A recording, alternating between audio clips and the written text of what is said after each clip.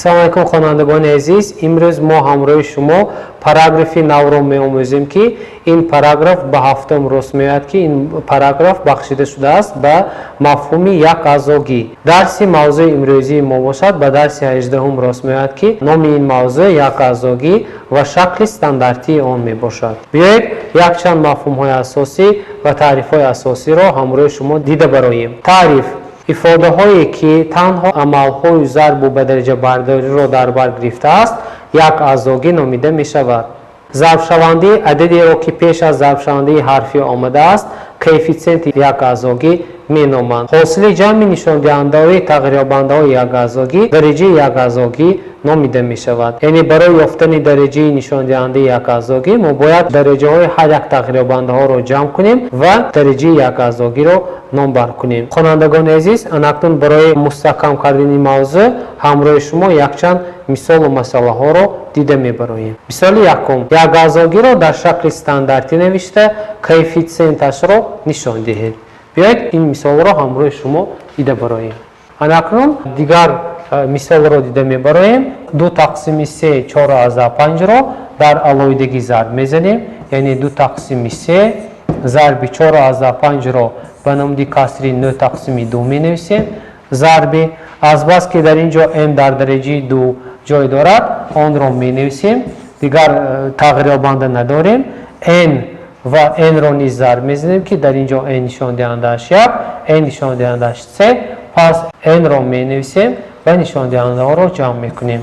дар натиҷа ҳангоми ихтисор кардан ҳосил мекунем 1 ва 3.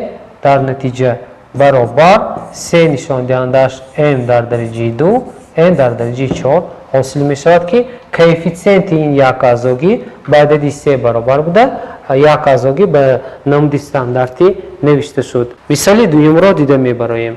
дар шарти мисоли дуюм чунин омадааст: якъазогиро дар шакли стандартӣ нависед. мисоли дуюм. дар ин ҷо ду мисол пешниҳод карда мешавад ки онҳо чунинанд: 9y зарби y квадрат зарби y. ва мисоли б бошад: минуси 8ab зарби минуси 2/5 зарби b дар дараҷаи 2. барои ҳал кардани ин мисолҳо 9-ро бетағйир мегузорем ки коэффициенти якъазогӣ номида мешавад. азбас ки дар ин ҷо ҳамаи тағйирёбандаҳо якхеланд, онро бетағйир мегузорем ва нишондиҳандаҳоро ҷамъ мекунем. яъне 2-ро ба 1 ва онро ба 1 ҷамъ мекунем. пас дар натиҷа адади 4 ҳосил мешавад. пас 9y нишондиҳандааш 4 ин шакли стандартии якъазогӣ ба ҳисоб меравад. дар мисоли дуюм бошад: минуси 8-ро ба минуси 2/5 зарб мекунем ки он баробар аст ба адади 20 ва нишондиҳандаҳо бошад: a-ро бетағйир мегузорем, b-ро ба b нишондиҳандааш 2 зарб кунем, b дар дараҷаи 3 ҳосил мешавад ки ин мисоли 2 ба ҳисоб меравад. мисоли сеюмро дида мебароем. дар шарти мисоли сеюм чунин омадааст: қимати якъазогиро ёбед. ва дар зер якъазогӣ ба номуди зерин дода шудааст: минуси 0 аз 1125 зарби y нишондиҳандааш 4 бояд ҳангоми y баробари минуси 2 будан ҳисоб карда шавад. барои ҳисоб кардани қимати ин ифода чихеле ки аз якъазогӣ мебинед, якъазогӣ бо коэффициенти минус 0 аз 1125 ва зарби y дар дараҷаи 4 дода шудааст. ба ҷои қимати y минуси 2-ро мегузорем ва қимати адади якъазогиро ҳисоб мекунем. барои ин минуси 0 аз 1125-ро менависем, минуси 2-ро ба дараҷаи 4 мебардорем. пас минуси 0 аз 1125-ро ба номуди каср 1 тақсими 8 менависем, зарби минуси 2-ро ба дараҷаи 4 ҳангоми бардоштан 16 ҳосил мешавад. дар ин ҷо адади манфӣ гум мешавад, азбас ки минусро ба дараҷаи ҷуфт бардорем, адади мусбат ҳосил мешавад. пас аз ихтисори каср ба мо адади минуси 2 ҳосил мешавад ки натиҷаи ин мисол ба ҳисоб меравад. мисоли чорумро дида мебароем. дар шарти мисоли чорум чунин омадааст: дараҷаи якъазогиро номбар кунед. дар ин ҷо 3 мисол омадааст ки дараҷаи ҳар яки ин якъазогиро номбар мекунем.